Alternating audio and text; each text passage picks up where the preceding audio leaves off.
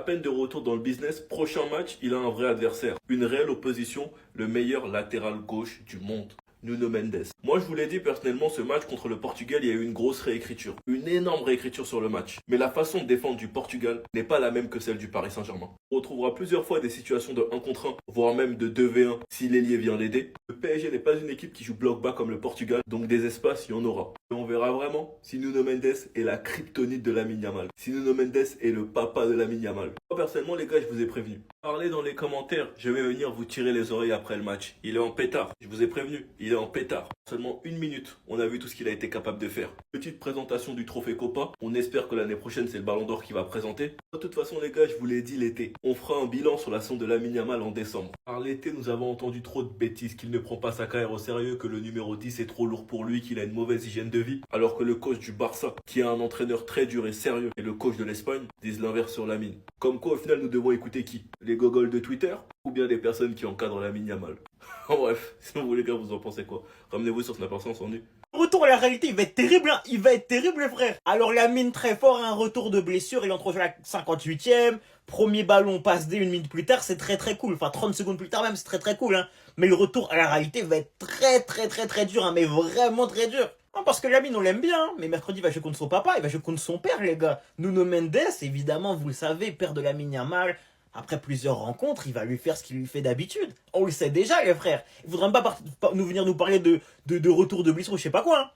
Faudra pas commencer à trouver des excuses, les frères. Hein. Ce que Nuno va lui faire, soyez prêts seulement. Parce que tu vois, l'année dernière, c'était Hakimi qui était en pétard. Cette année, c'est Nuno. Moi, je vous dis, cette année, la leçon qu'Hakimi l'a fait, Nuno va la faire, on le sait en fait. Et la dernière fois qu'ils se sont vus, on se rappelle ce qui s'est passé en Ligue des Nations.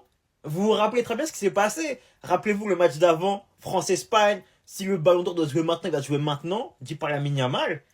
L'Espagne bat la France et à juste titre. Ah, le match d'après, les gars, Nuno Mendes, il a défendu Dembouz. On le sait, ils sont comme des frères. Nuno Mendes, il a mal pris. Il a mal pris, les frères. Donc bon, à mercredi. Pour moi, la vraie hype, c'est pas le match Barça-PSG, c'est ce match-là. Lamine Yamal, Nuno Mendes, partie 3, bataille finale. L'ailier droit du FC Barcelone contre l'arrière gauche du Paris Saint-Germain qui vont du coup se retrouver dans la même zone et ça va faire des dégâts. On se souvient qu'en 2024, c'était un duel plutôt équilibré. Il y avait eu un match aller et un match retour. Des duels gagnés de part et d'autre, mais qui a vacillé au match retour quand Lamine Yamal a brisé les reins de Nuno Mendes dès le début du match pour faire la passe à Rafinha. Malheureusement, derrière, il y a eu le rouge d'Araujo et Lamine a dû sortir. 1 an plus tard, on a eu le duel à la Ligue des Nations entre le Portugal et l'Espagne. Et cette fois-ci, c'est Nuno Mendes qui a écrasé Lamine Yamal. On va pas se mentir, que ce soit offensivement, défensivement, il l'a obligé à défendre. Ce qui a rendu son match très difficile. Et même pour attaquer, il est quasiment jamais passé en 1 contre 1.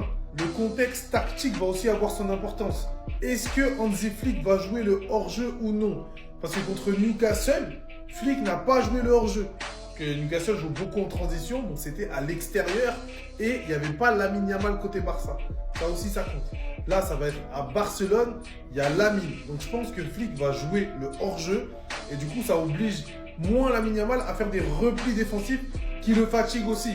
Nuno Mendes est un joueur dangereux qui peut fatiguer ses ailiers et les obliger à défendre. Mais en jouant le hors-jeu, ça limite voilà, cet aspect-là et ça permet à Lamine de garder de la force pour attaquer. Donc ça va être un duel incroyable et je crois que je suis encore plus hype par ce duel que par le match. Mais ça faisait très longtemps, les gars, qu'on n'avait pas vu un latéral gauche aussi dominant et qui est surtout au-dessus de tous ses autres concurrents. Parce que Nuno, il est seul sur sa planète en défenseur gauche. Les autres concurrents, ça peut être qui en fait? Le dernier latéral gauche qui faisait un peu son trou et qui dépassait ses fonctions, qui faisait la différence, un peu comme tous ces latéraux modernes. Il y avait Robertson de Liverpool qui a bien fonctionné sous Klopp avec pareil ce dépassement, cette connexion. Il y a eu une mini phase aussi à Alexander Alphonso Davies qui a quand même lors de la LDC du Bayern, il a fait son trou. Voilà, après exactement. pareil, soucis physiques, des petits problèmes par-ci par-là. Mais Nuno c'est quand même reçu.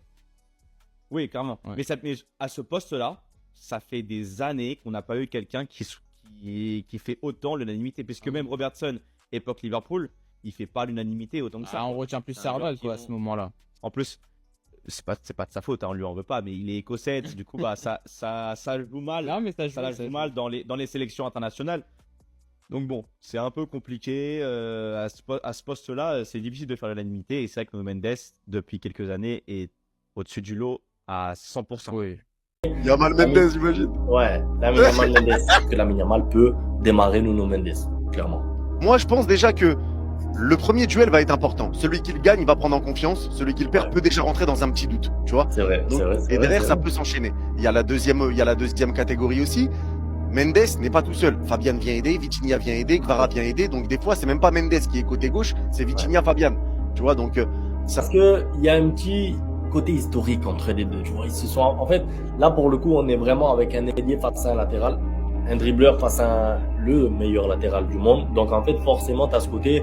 Est-ce qu'il va pouvoir le passer? Est-ce qu'il va pouvoir aussi aider en défendant Lamine Yamal? Nuno Mendes, la dernière fois qu'il s'est réellement fait démarrer, c'était contre Sancho, contre Dortmund. Ça fait longtemps. Hein. C'est pour ça que je suis curieux de voir ce duel. Parce que je suis sûr que Lamine Yamal, indirectement, est revanchard. Tu sais, il aime bien piquer un peu les stories, Rabiot par Rabiot avant les matchs contre l'équipe de France et tout.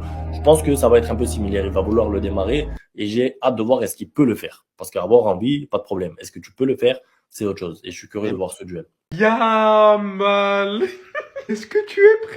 Non, parce que Nuno Mendes, il va te regarder comme ça dans pas longtemps. J'ai plus les mots, je ne sais plus quoi dire. Maintenant, il se met à sourire comme Dembélé et Léao. Quand un mec il se met à sourire comme ça, c'est qu'il connaît le niveau qu'il a atteint. Je peux vous dire qu'à son poste actuellement, personne fait mieux. Les gars, quand j'ai vu ça, j'avais juste envie de péter mon crâne. Il a envoyé le défenseur adverse vers Yamal pour le prévenir. Derrière ça, d'un angle aussi fermé, il a marqué. Il dégage tellement de puissance, une condition physique de fou, tellement de percussion. Sa palette technique est tellement large. Et dire que j'étais en train de me dire qu'il y avait des rumeurs de transfert il n'y a pas encore longtemps sur lui. Mais ce mec, c'est une pépite. Comment Enrique a fait en sorte que lui et de l'autre côté Hakimi sont à leur prime au même moment? Nuno Mendes, s'il te plaît, j'ai une dernière mission pour toi. Parce que là, je viens de voir que le 10 du prochain mois, c'est contre le Barça. Refais-nous la même chose. Va calmer ce petit. Parce que t'as été le seul, pratiquement, qui a réussi à lui faire barrage. Et quand je vois ta forme là, je veux que ça se répète. Je veux que tu lui refasses ce que tu viens de faire aujourd'hui là. J'ai trop hâte. J'ai trop hâte de la récidive de ce duel. À votre avis, les gars, pourquoi Nuno Mendes, il arrive aussi facilement à pocket les meilleurs ailiers du monde? Il l'a fait contre Yamal ce soir, mais il l'avait déjà fait contre Bukayo Saka et contre Mohamed Salah. On peut dire que c'est les 3 meilleurs ailiers droits au monde. La réponse la plus simple serait de dire, il défend très bien. Non, mauvaise réponse. Parce que Yamal, Saka et Salah, ils ont passé des défenseurs qui étaient de très gros défenseurs. Mendes, il est pocket parce que c'est l'un des seuls latérales au monde qui est très fort défensivement, mais aussi très fort offensivement et qui a le cardio. Vous avez vu le cardio, vous avez vu les courses qu'il fait à la 95e dans les prolongations. Et ça, en fait, parce que quand tu es ailier droit, ton rôle aussi, c'est de défendre sur le latéral gauche adverse. Donc, va aller faire les 150 000 courses qu'ils te demandent de faire. Tu es obligé. C'est ton rôle. Ça les épuise. Ils n'ont plus d'énergie pour attaquer. C'est pour ça que je vous avais dit dans une vidéo que si Lamine Yamal fait une très grosse saison au FC Barcelone, c'est aussi grâce au piège du hors-jeu qui permet à l'équipe de jouer très haut et à Lamine de ne pas revenir faire des courses défensives. Parce qu'au final, quand ton équipe joue haut, il y a le piège du hors-jeu. Donc le latéral, il ne peut pas taper des courses comme ça, comme Nuno Mendes. Il va jouer directement la profondeur pour les attaquants. Et ça permet à tes joueurs offensifs de ne pas se fatiguer. Que des mecs comme Lamine Yamal, comme Pedri, qui ne sont pas des joueurs très athlétiques, ils n'ont pas des courses de fou à faire défensivement et à repartir offensivement. Rafinha, par exemple, pourrait assumer ça. Eux, ça aurait été beaucoup plus compliqué. Ça leur aurait fait perdre de la lucidité et de la fraîcheur dans les derniers mètres pour faire la différence et pour être créatifs. Donc, ils sont aussi en train de faire une saison stratosphérique grâce à ce piège de hors-jeu qui leur permet d'être tout le temps haut sur le terrain. Là, on l'a vu pendant ce match. Lamine Yamal qui doit revenir 150 fois défendre parce qu'en plus, il a fait les courses défensives. Derrière, il n'a plus la lucidité pour attaquer et ça a été la même chose pour Saka et ça a été la même chose pour Salah. Parce que ce mec est un poison de 12 poumons, les gars. Il est venu venger Dembouz. Je reconnais le match, il est venu venger son gassu, Ousmane Dembélé. Tout le monde sait, tu dis partout que t'es une terreur, chez nous on trouve sympa. Cette saison, Nuno Mendes, il trouve tout le monde sympa. Une vidéo s'était passée. Aujourd'hui, plus que jamais, t'as montré que t'étais un petit encore. T'es un mineur, t'as tendance à t'oublier. C'est vrai que tout est arrivé un peu vite. T'es exceptionnel. Faut être de mauvaise foi pour penser le contraire. Mais ce soir, il t'a montré clair qui est qui. Une semaine, il a donné ça à Dumfries, il a donné ça à toi. J'ai le malheur de vous annoncer que Lamine Yamal vient s'ajouter à la liste des détenus de la prison Nuno Mendes. Ah les gars, elle est directement au Portugal. On sait très bien que dans le bâtiment, ils sont bons. Le bâtiment Nuno Mendes, il y a beaucoup de détenus dedans, moi je vous le dis moi. Et quand je vous dis qu'il lui a donné, c'est dans tous les sens du terme. Voilà, Lamine, mets-toi à côté. Aujourd'hui, la Mala a connu ses limites. Moi, je t'aime beaucoup, j'ai toujours dit. Mais le jour où t'allais prendre un mur, je serai là. Maintenant, ils vont dire quoi? Vous avez même pas honte. Vous vous enjaillez sur un petit 17 ans. Ah, quand il fait des perfs, il est trop fort parce qu'il est trop jeune. Et c'est un truc de ouf de faire ça à 17 ans. Maintenant, comme il peut, on n'a plus le droit de... Moi, c'est de bonne guerre. Franchement, je charrie que de l'humour. Il n'a pas démérité. Bon, ce soir, il était pas bon, il faut le dire aussi. Mais tout au long de la saison, il était exceptionnel. Sur un match, peut-être le plus important de sa saison, on va pas lui en vouloir. On va pas lui en vouloir. Tout au long de la saison, il nous a régalé. Merci Lamine, mais Nuno Mendes aujourd'hui, il n'y a pas bruit. Il n'y a pas bruit. Avec lui, là, ça sert à rien de discuter. Donc, tu rentres à la maison, tu te reposes, tu vas en vacances à Mykonos ou je ne sais où. Tu auras de très belles vacances devant toi pour réfléchir à ta vie. Parce que l'année prochaine, il revient. Déterminé. Restez sobre, abonnez-vous les gars, ça trappe. Moi, je pose ça là. Dimanche, on va avoir un classique. Yamal vs Nuno Mendes. Ça parle trop. Ça parle trop et le petit, il va devoir encore montrer que il n'a pas d'égal. Nuno, tu te rappelles avoir eu du mal contre un Yamal de 16 ans? Rappelle-toi-en, le petit, il a grandi. Hein. Le petit, il est encore plus méchant qu'avant. Et moi, je sais comment ça va se finir. Je sais comment ça va se finir, mais vas-y. Les Parisiens m'ont dit que Nuno Mendes, c'est le meilleur latéral du monde actuellement. On va voir. Je lance les hostilités. Le meilleur ailier actuellement contre le meilleur latéral actuellement. Même si ça se tape avec Hakimi, vous avez compris. CR7 vs Yamal, l'enfant terrible contre l'ancien. Une bataille du milieu de terrain. Une bataille des côtés. Parce que les ailiers latéraux, ça va se blesser mal. Un trophée à aller chercher. Parce que oui, si Yamal remporte cette Ligue des Nations, ça va encore faire du bruit. Ça va encore faire parler. Moi, je viens juste pour prévenir dès maintenant. Vous continuez à le sous-estimer.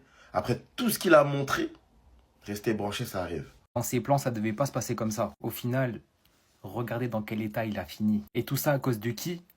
À cause de quoi? Tout simplement à cause de lui. Monsieur Nuno Mendes. Non mais vraiment, faut juste respecter le joueur qu'il est devenu. Et il faut respecter la saison qu'il vient de nous lâcher. Déjà qu'avec le Paris Saint-Germain, il nous a choqués. Déjà, on a enfin retrouvé un Nuno Mendes qui ne se blesse plus. Mais surtout, il est revenu à un niveau, que ce soit défensivement ou offensivement. Ce qu'il t'apporte, c'est trop grave. Mais là, pour finir tranquillement la saison, parce que voilà, le PSG, il a tout pris. Ligue des Champions, Coupe de France, Ligue 1, Trophée des Champions. Il fallait qu'il aille en sélection pour encore faire du taf, pour encore faire le boulot, et pour aller chercher cette Ligue des Nations. Et c'est clairement l'un des très grands artisans de cette victoire portugaise. Et vraiment, les poches de Nuno Mendes, va falloir les fouiller parce qu'il y a du monde dedans.